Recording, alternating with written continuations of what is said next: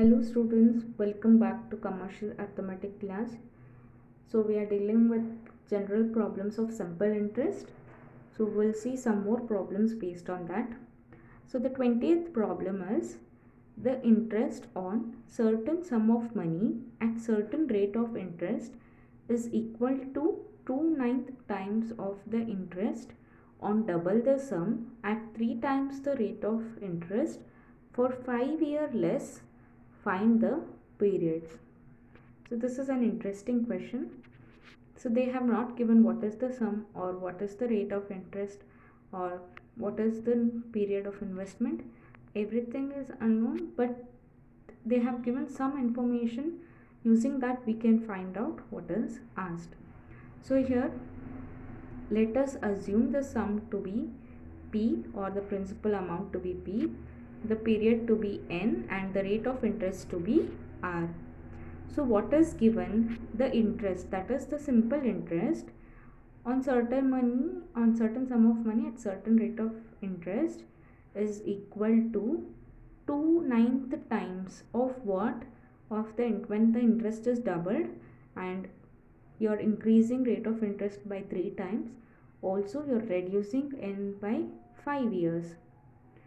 So therefore, by writing it in the form of formulas, it will be NPR by 100.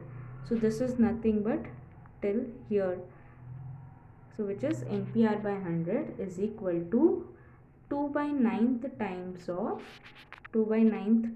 of double the sum. So if you are taking sum to be P, then double the sum will be 2 into P, and they have given period as 5 years less. If initially the period is N, then 5 years less will be N minus 5. If they had given 5 years more, then it would be N plus 5. Here they have given less, hence we have taken minus 5, and 3 times the rate of interest. If rate of interest is R, then 3 times of it will be 3R. So the formula is same, PNR by 100, but instead of directly giving, they have given in terms of statement. So we got 2P into N minus 5 into 3R by 100. So this 100 will get cancelled. P and P will get cancelled. Because it is multiplication, you can cancel. If it was addition or some other term, you can't cancel. If you are getting confused, then you can take the common terms towards one side and then cancel. For example, this is PNR by 100, and this 2P will come to the left hand side, then it will go to the denominator, which is 2P into this 3R will be again in the denominator. Sorry, this will be into 3R. So here, and this 100 is in the denominator, so it will go to the numerator. You can see this 100 and this 100 will get cancelled. P and P, R and R. So I have directly solved it. You can simplify as I have showed. So 100 and 100 will get cancelled. P and P, R and R. So you will be remaining with N is equal to, so 2 into 2 into 3, that is 4 into 3, which is 12, into N minus 5 divided by 9. So therefore this 9 will go to the other side. It will become 9N is equal to 12N minus 60. So 12 you have to multiply for both the terms. You want to find out what is N. Therefore we'll solve for N. So 9N is equal to 12N minus 60. So this 60 will come to the other hand side. It will become plus 60, and this will become minus 9. Therefore it is 12N minus 9N is equal to 60. So 3N is equal to 60. N is 60 by 3, or N is 20 years.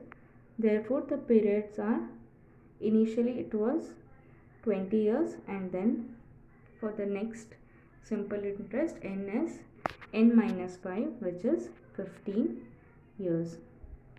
So this is a simple problem if you understand the question. So the 21st question is, a man leaves At the time of his death, the total sum of rupees 37,200 to his two sons in such a way that the share of each son would be same on reaching 21 years of age, charging 6% per annum simple interest. Find the sum left by a man to each of his sons, the sons being 18 years and 16 years old at the time of his death. So this is an important question which has been repeated in your question papers. So understand the question first. They are saying there's a father, at the time of his death he has 37,200. So he is going to divide this between his two sons such that at 6% rate of interest of simple interest, when these two sons will reach 21 years, they will get certain amount, that is same amount.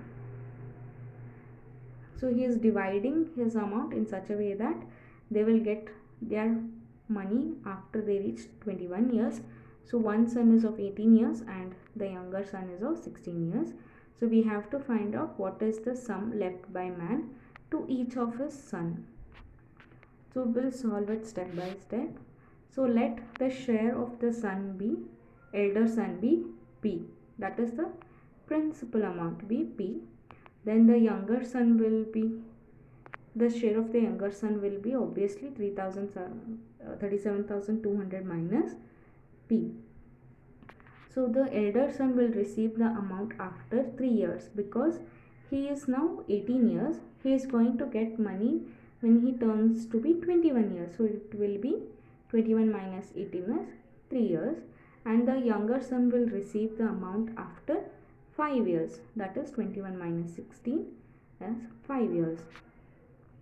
So along with this they have given amount received by both the sons after reaching 21 years is equal. So we can use the formula of amount. So we know amount is P plus P into 1 minus 1 plus NR by 100. So this is for elder son and this is for younger son. So both the amount of both the sons who will receive after 21 years is equal. Therefore the principal amount for elder son is P. So P into 1 plus N, he will get it after 3 years. Therefore N is 3 and rate of interest is same for both the sons. So it is 6. So P plus 1 into 3 into 6 by 100 is equal to, so this is principal amount for the younger son, which is 37,200 minus P into 1 plus 5 into 6 by 100. 5 is the year or the period for younger son. So simplify this equation. It will be P into 1 plus 3 into 6 is 18. So 18 by 100 is equal to 37,200 minus P into, so 5 6 are 30. So zeros will cancel. If you want, you can take the LCM and simplify, or else you can find the decimals. So it will be 18 by 100 is 0.18, 30 by 100 is 0.3. Therefore this will be 1.18 P is equal to 37,200 minus P into 1.3. So this 1.3 you have to multiply for both the terms. When you solve, you will get P as 19,500. I have solved step by step. Go through this, you will definitely understand. Therefore P is 19,500. So what is P? P is the share of elder son. So in the question they have asked, find the sum left by the man to each of his son. So for his elder son, the man has left 19,500.